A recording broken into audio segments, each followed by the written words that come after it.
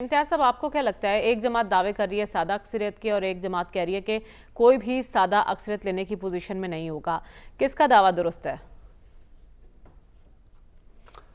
دیکھیں، ان دونوں کا دعویٰ فاش ہو جائے گا اگر آج سے مکمل طور پہ آزادی دے دی جائے تحریک انصاف کو، پاک پی ٹی آئی کو، ان کے تمام لیڈروں کو چھوڑ دیا جائے انتخابات ہونے تک، تو پھر یہ جو سادہ اکثریت اور دوسری اکثریت، یہ سارا معاملہ ٹھپ ہو جائے گا.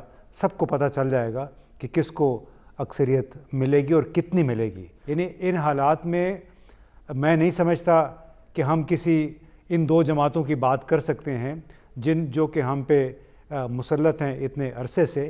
اور بڑے مزے کی بات، آپ چونکہ بار بار وہ آصف زرداری صاحب کا ذکر ہو رہا ہے، انہوں نے کہا کہ شہباز شریف صاحب سے بڑے متاثر ہیں. شہباز شریف صاحب سے ان کے اب دو طریقے سے انہیں متاثر کہ وہ بہت زیادہ کام کرتے ہیں.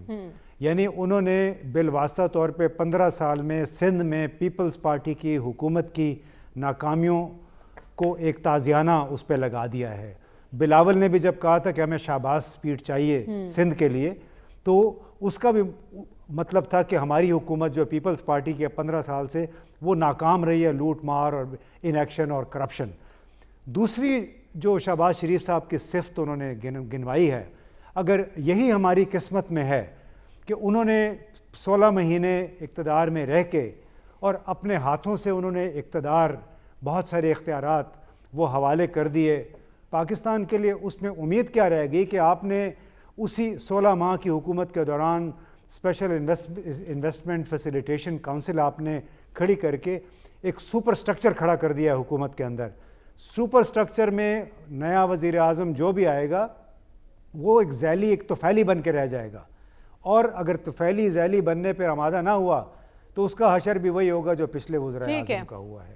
لہٰذا میرا خیال ہے کہ ہمیں تھوڑی زیادہ فوکس ہو کے گفتگو کرنی چاہیے کہ یہ جو لوگ بڑے، جن کے بارے میں بلاول نے کہا کہ ان کو ریٹائر ہو جانا چاہیے، کہ انہوں نے پاکستان کو دیا کیا، اور کیا مائنڈ سیٹ جو ہے وہ تبدیل ہوگا یا نہیں نئے لوگوں کے آنے سے. اسی پوائنٹ پر ہمیں بات کرنی ہے. بلاول تو بار بار کہہ رہے تھے کہ بزرگ سیاستدانوں کو گھر بیٹھ جانا چاہیے، لیکن وہ جو ان کے والد صاحب ہیں انہوں نے اس بات کو بتا دیا کہ بلاول کو ٹکٹ تو میں نہیں دینی ہے، جو ٹکٹ جاری ہونا ہے اس پر میرے دستخط ہونے ہیں.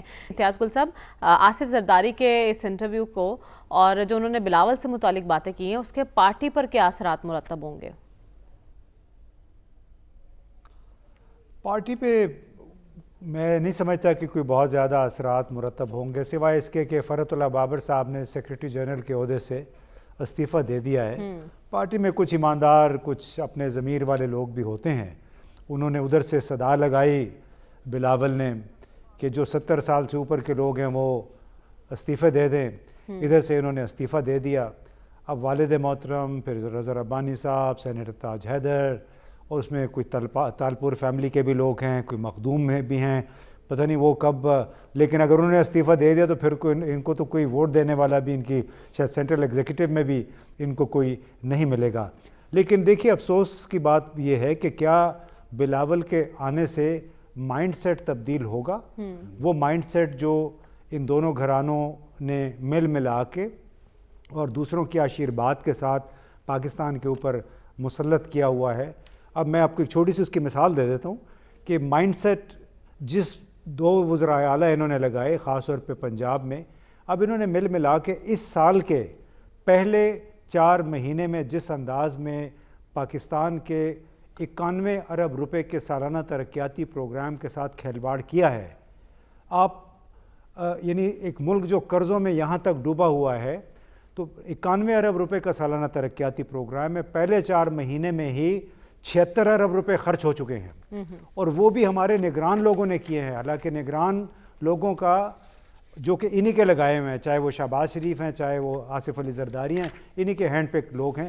انہوں نے اپنی کنسٹیٹوئنسیز کو مضبوط بنانے کے لیے 76 ارب روپے لگا دیے. یہ باقاعدہ سرکاری رپورٹ ہے، میں اپنی طرف سے نہیں کہہ رہا ہوں. اچھا. اور اس میں سے 28 ارب روپے کے قریب وہ حلقے ہیں جہاں پہ ماشاءاللہ ہمارے پی ڈی ایم کے تمام یہ شیر جو تھے جب حکمران تھے، حکومت میں تھے، ان کے حلقے ہیں.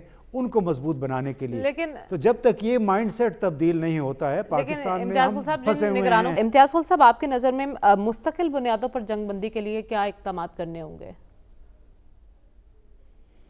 دیکھیے، اس میں مستقل بنیادوں پہ جنگ بندی کا سامان بنجامن نیتن یاہو نے اور تمام بڑے ممالک نے کر دیا ہے، اور ہمیں یہ ذہن میں رکھنا چاہیے کہ 1948 میں دھوکے سے اسرائیل نے جن زمینوں پہ قبضہ کیا تھا فلسطینیوں کی، اس کو نقبہ 1 کہتے تھے.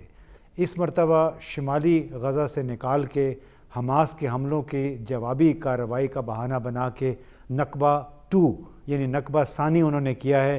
عملاً شمالی غزہ پہ اب اسرائیل کا قبضہ ہو گیا ہے. اس قبضے میں سہولت کاری امریکہ، جرمنی، فرانس ان سب نے کی ہے، یہ کہہ کے کہ ہم جنگ بندی کی حمایت، مستقل جنگ بندی کی حمایت نہیں کر سکتے ہیں. تو ہمیں یہ بڑا واضح ہونا چاہیے کہ دنیا کا نظام جو ہے وہ فلسطینیوں کے خلاف ہے.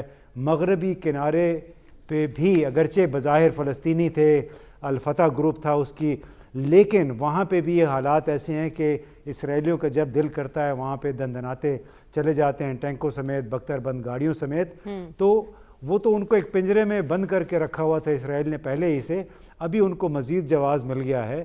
اب تک نیتن یاہو اور دوسرے جو ہارڈ لائنر اسرائیلی تھے وہ کہا کرتے تھے کہ ہمیں حماس کو زندہ رکھنا ہے، ان کو سپورٹ کرنا چاہیے تاکہ فلسطینی سر نہ اٹھا سکیں. فلسطینی جو الفتح گروپ ہے اس کو ہم اپنے کارنر میں دبائے رکھیں. ابھی بہرحال ان کو یہ احساس ہوا کہ ٹھیک ہے وہ پالیسی کارگر اس حد تک ثابت ہوئی ہے. پروگرام کا وقت ختم ہو جاتا ہے.